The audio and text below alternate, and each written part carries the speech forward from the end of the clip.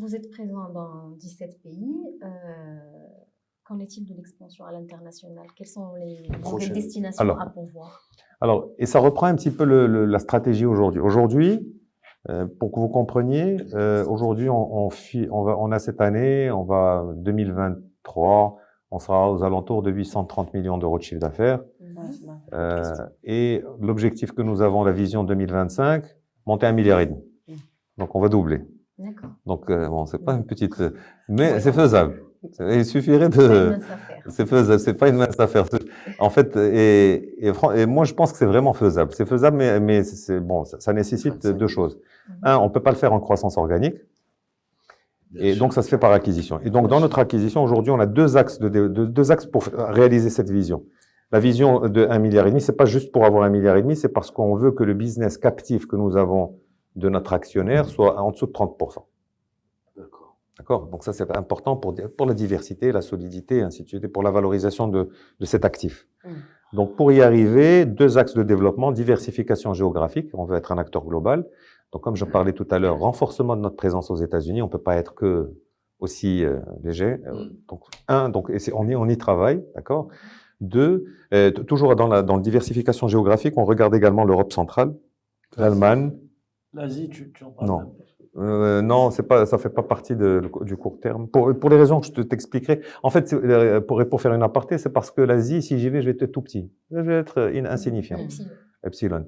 Et pour le marché. Par contre, si demain, on peut acquérir une entreprise américaine qui a ses centres aux Philippines. C'est pas de problème. C'est juste des centres de production. Par contre, aller adresser le marché, non, jamais, je me sens très éloigné encore de ce truc-là. D'accord.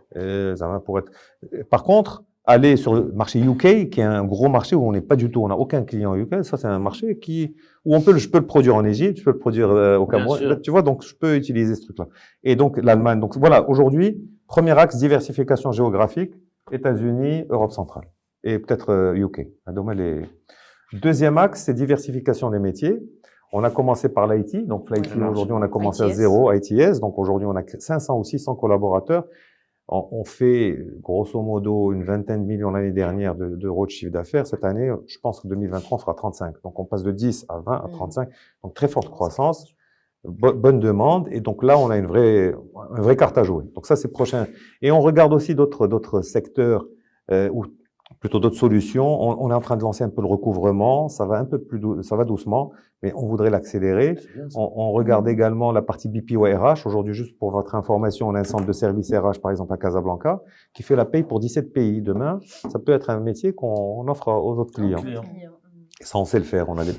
Et il faut le packager et le faire. Donc aujourd'hui, on veut effectivement être cet acteur on veut plus avoir la connotation call center. On est un outsourcer. Différents métiers, différentes géographies pour adresser des comptes globaux. Donc de nouvelles filiales. Alors pour moi, c'est des pôles aujourd'hui. C'est des pôles, voilà. Tu vois, ITS, bon, ça reste sous la brand Intelsia, c'est Intelsia. Bien sûr. Tu vois, c'est comme demain, vous avez un Accenture, vous avez plusieurs métiers dans Accenture. Exactement. C'est un petit peu mais nous, on veut être l'Accenture du Sud. D'accord. Voilà, c'est un petit peu le truc qu'on veut, parce que je pense que derrière une seule brand, on peut fournir un certain nombre et on change pas de métier, puisque notre métier, c'est de fournir des ressources humaines de qualité au service de nos clients, et on le fait dans les différents métiers. Parce qu'on sait recruter les gens, on sait les développer, on sait les motiver. Donc concrètement, M. Barno, c'est la prochaine destination.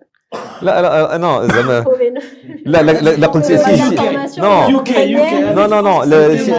si j'avais à choisir, le problème c'est-à-dire celle qui sera mais parce que quand vous opérationnelle incessamment. Non, si je le savais, je vous l'aurais dit. J'ai pas de problème à partager des choses parce que de toute façon, nous, on a une communication très transparente au sein de l'entreprise et donc les gens le savent. Donc, à la rigueur, par contre, je ne sais pas si demain, l'offre que j'ai faite sur cette acquisition va aboutir.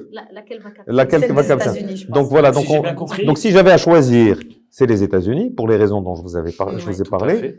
Donc, parce que c'est important et parce que c'est un gros marché. Mais ça peut ne pas aboutir et peut-être qu'on ira avant en Europe centrale ou on aura peut-être une autre acquisition ailleurs. Si je comprends bien, donc vous avez bidé sur plusieurs... On bide tout le temps. On a une équipe qui ne fait que ça. Non, mais je te parle sérieux. On a une équipe qui regarde les opportunités.